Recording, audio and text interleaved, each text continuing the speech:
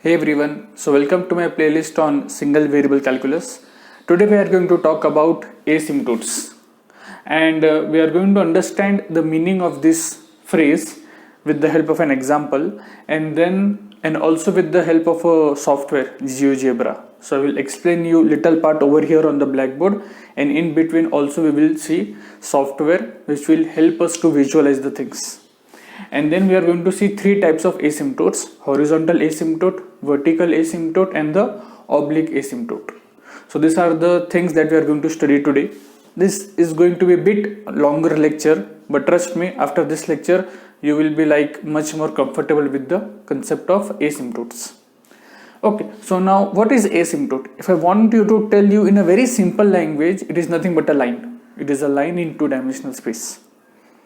But then it's a nice line, that's why we are giving it a name and we are studying it separately. Okay, we always study nice things. Okay, now this is nice in which sense? So whenever you have a graph of a function, okay, and as you go away from the origin, either you go horizontally away from the origin or you go, so if this is my origin, okay, this is my y-axis, this is my x-axis, this is my origin. So when the graph of a function goes away from origin, either horizontally or vertically or oblique wise or the slant wise, as it goes away from the origin, as the graph of the function goes away from the origin, and if there is a line, suppose L, say slant line or the horizontal or the vertical line, so as the graph of the function goes away from the origin, and if there is a line L, and if the distance between the line and the graph of the function decreases, okay, it's very less. As you go away and away, the distance between the line and the graph decreases. I am not saying it will touch, graph and line will not touch at infinity, okay, but as it goes away from the origin, and the distance between the line and the graph of the function gets smaller and smaller, then such a line is called as an asymptote to the graph. Okay, another word for this is a line which is tangent at infinity. Okay, so asymptote is also called as a tangent at infinity to the curve. So like, since infinity is not a number, it's just a symbol that represents that we are going very far. So as you go very far, the distance is going decreasing. So like, people when they study about infinity nature or the behavior of a function at infinity, they can approximate that function by that line. So they replace that function by a line. So like that, and line means it's a linear in nature, and linear functions are always good. You have studied linear algebra, so yeah, I hope you have studied. So linear functions are always good to play with. Okay, so people can do approximations of the functions by that linear function at infinity because they are almost same. So yeah, so asymptote is nothing but a line. It's a nice line such that the distance between the graph of the function and line becomes very small as you go away from the origin. Okay, so that's what we mean by asymptotes of a graph. Now if I want to take a very simplest example, if I take hyperbolas, x square minus y square equal to 1, I know that this is the graph of the hyperbola. This is how my hyperbola will look like, x square minus y square equal to 1. Now see, what is this? This implies your y square is nothing but x square minus 1. Now as your x goes to infinity, when x is very large, x billions, zillions, trillions of dollars, whatever, it's very big, then obviously this 1 will not reflect. I mean, it will not affect that much. Like if your salary is 1 rupee, 2 rupees or 10 rupees or 1000 rupees in a month, then if someone gives you 1 rupee less, then it will affect. Okay, but then if your salary is, suppose per month your salary is 1 billion trillion zillions of dollars, rupees, I mean 1 billion trillion zillions of dollars, and if someone gives you 1 cent less, does not matter, right? So at infinity you can say that your y square is same as x square. That means y is what? Plus minus x. So if you draw y equal to x line and y equal to minus x line, so this is my y equal to x and minus x line. So now what does this line will say?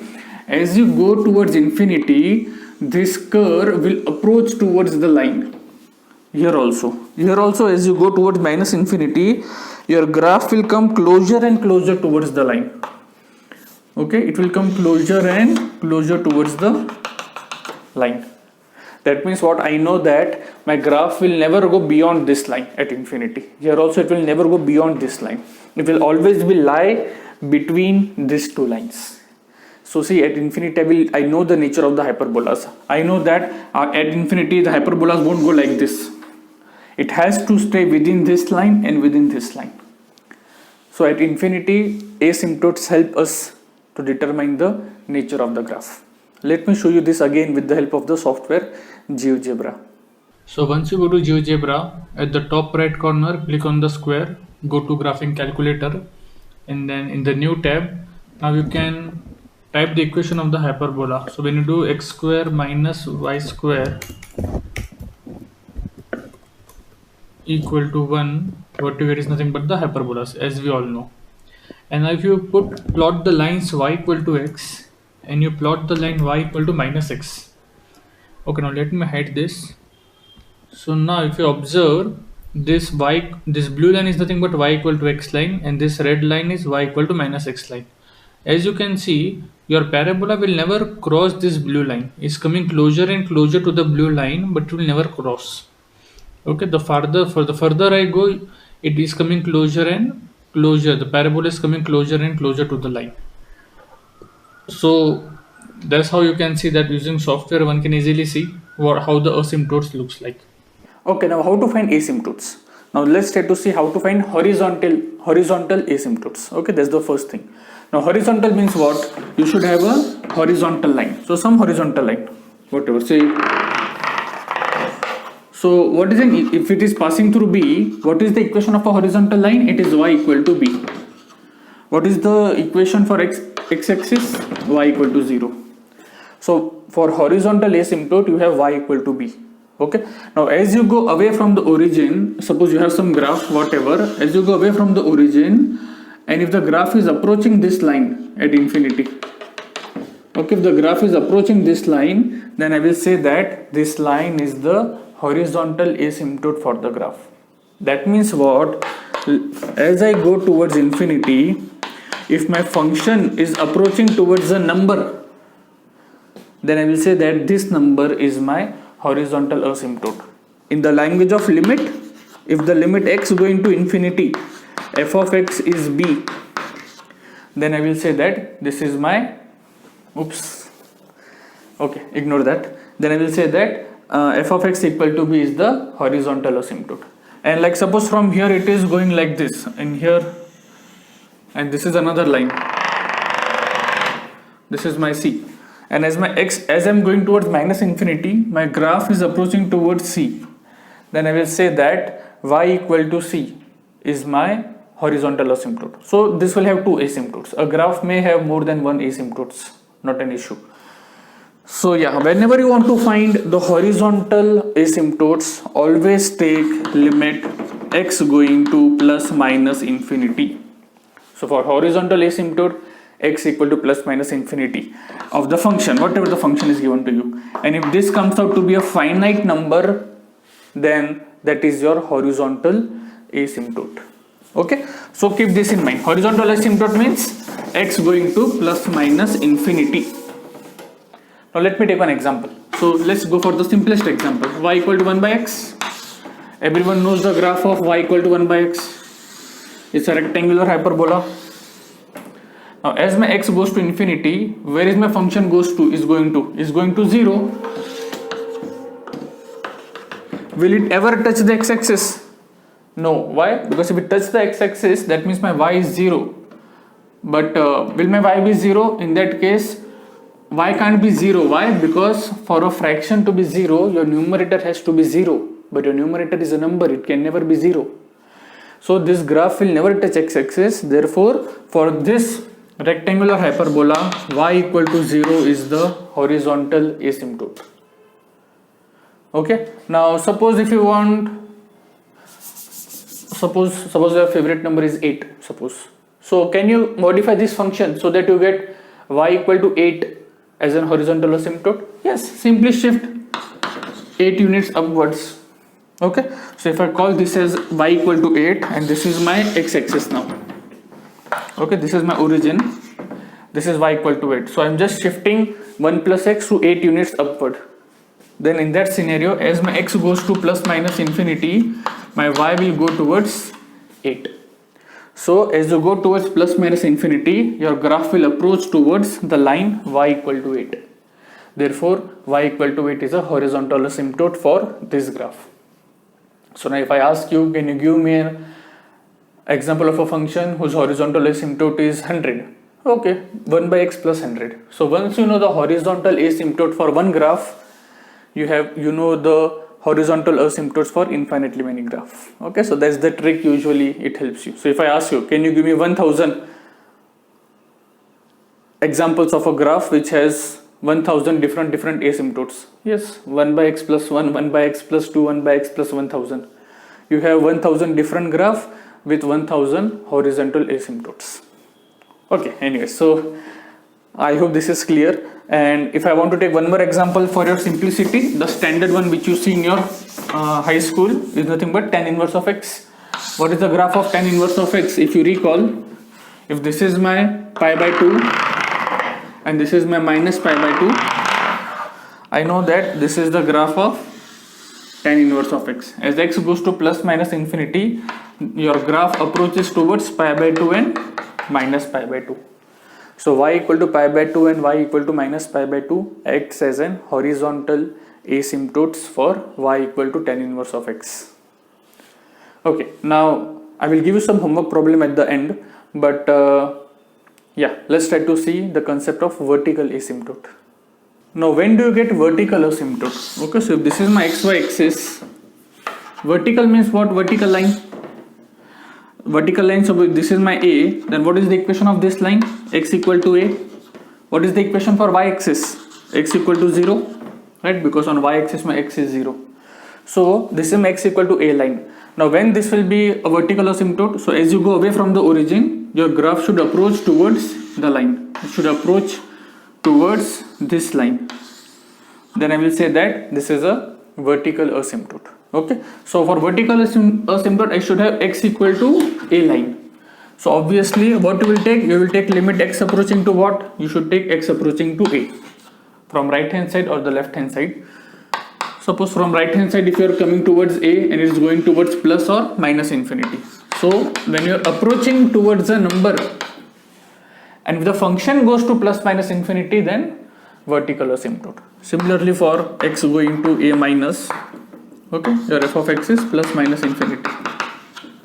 So this is other way of horizontal asymptote. What you did in horizontal asymptote, limit x going to infinity, function should approach towards a number, then that is an horizontal. In this case, you take x approaching a number and your function should go towards infinity. In such a scenario, you get the vertical asymptotes. Okay, so the standard example, if I take say y equal to 1 by x. Okay, 1 by x you already saw. Let us shift it 1 upon x minus 1. So whenever you want to find vertical asymptote, always see when the denominator is 0, because for vertical what I want, your function should go towards infinity. When your function will go towards infinity? When the denominator is 0, right? So whenever you want to find vertical asymptotes, always see when this will become 0. In this scenario, I know that as I approaches towards 1 plus, what is my function? My function will go towards plus infinity, and when I approach towards 1 minus, that means from left hand side it will go towards minus infinity. So if I draw this x equal to 1 line, and as I come towards 1, my graph will go towards plus infinity, and here it will go towards minus infinity. Does this have a horizontal asymptote? Yes. As my x goes to plus minus infinity, my y goes to 0. So this will approach towards x-axis. This will approach towards x-axis. It will never cut the x-axis, but it will approach towards x-axis. So y equal to 1 by x, you have x equal to 0 line as a vertical asymptote. Y equal to 1 upon x minus 1, you have x equal to 1 as a vertical asymptote. If I tell you, give me an example of a function which has x equal to pi. as a vertical asymptote. Can you give me? Yes, no need to be scared. 1 upon x minus pi. In general, you take 1 upon x minus a. This family of function will always have x equal to a as a vertical asymptote. Okay, so don't get scared if someone tells you, give an example of a function which has vertical asymptote x equal to 1 billion. Okay, take 1 upon x minus 1 billion. Okay, so some people ask you such kind of tricky questions. So keep one thing in mind, more trickier the question, simplest is the answer. Okay, so I hope the concept of horizontal and vertical is clear. Let me just recall once again. For horizontal, you take x going to plus minus infinity, function should approach towards the number. For vertical, take x approaching to a number and function should go to plus minus infinity. Okay, now let's go for the oblique asymptote. Okay, so now let's go for the oblique asymptote. Okay, or the slant line or the slant asymptote. Now whenever you have a function something upon something, numerator upon denominator, and the degree of numerator is what? It is 1 greater than the degree of denominator. Okay, so degree of numerator is 1 plus the degree of denominator. So when you take so this degree is 1 bigger than this degree, then you will always have an oblique asymptote. And how to find that? We will use Euclid algorithm to find that asymptote. Okay, so let me take one example. So here is a rational function. Rational function means function upon function, like rational numbers, number upon number. Rational functions, function upon function. As you can see, degree of denominator is 2 and this is 1. So degree of numerator is 1 plus the degree of, so degree of numerator is 1 plus the degree of denominator. So you can apply this Euclid algorithm, x minus 1 and x square, you multiply by x, so x square minus x, you subtract, so this goes away, minus minus plus x. Okay, and now further if you want to do, if you do plus 1, so what you have is x minus 1, if you do subtraction 1. And now we further can't do it, right? So what you have is your dividend is equal to divisor into quotient plus remainder. And now what is the function? X square upon x minus 1. So you divide both sides by x minus 1. So when I go, this will go away, x minus 1. Okay, now see, you can see this is a linear one, x plus 1. So let me call this as say h. Okay, so what you can see, this is my y. So y minus h is what? 1 upon x minus 1. And what about the distance? Is mod 1 upon x. This is the distance between y and h. And this goes to 0 as your x goes to plus minus infinity. That means what? Distance between the graph of a function and this line. Which line? H equal to x plus 1. The distance between the graph and the line goes to 0. That means what? This line will act as an oblique asymptote. So what is y equal to x plus 1? Do you know the graph of y equal to x plus 1? So if I write y equal to x plus 1, when my x is 0, y is 1, this is minus 1. So this line will act as a oblique asymptote to this graph. Now how to draw the graph of this function? We have seen earlier, you find the critical points, inflection points, concavity increasing, decreasing, and plot this graph, and you will see that the graph will approach towards this line at infinity. Let's try to visualize this using GeoGebra. Now if you want to see how does the graph looks like, you just type y equal to x square upon x minus 1, and you can see this is the graph of this function. So the domain is minus infinity comma 1 union 1 comma infinity. So at 1 you can see that you will get a vertical at at x equal to 1 you will get a vertical asymptote. And then we also found the oblique asymptote, so which was nothing but y equal to x plus 1. So my blue line is y equal to x plus 1, and as you can see, as you go away from origin, the graph and the line will come closer and closer to each other. They are not joining actually. If I just zoom in, then you can see that there is a gap. So that's how you can visualize the asymptotes with the help of the software GeoGebra. Okay, so yeah, now the homework problem that I have given, that I'll be giving you, just try to plot those graphs here as well and try to see what are the asymptotes. So here are the 5 homework problems for you. For each of the question you have to tell me what is the horizontal and the vertical asymptote. So for this you can only concentrate for horizontal and vertical. Here you can see when it is 0 and when it is infinity. This is 1. Here you try for oblique asymptote, something upon something, and the difference of the degree is 1. I mean degree of numerator is 1 plus degree of denominator. So tell me the asymptotes for this graph. If you're not able to find the asymptotes, other way is you open the GeoGebra software, plot this graph, see the graph, and you will realize where it is approaching. And then from there also you can get the idea that what is the asymptote. Okay, so I hope the lecture is clear. If yes, do not forget to like, share and subscribe. And if you have any doubt, then please ask me in the comment section. I will try my best to answer it. So yeah, thank you.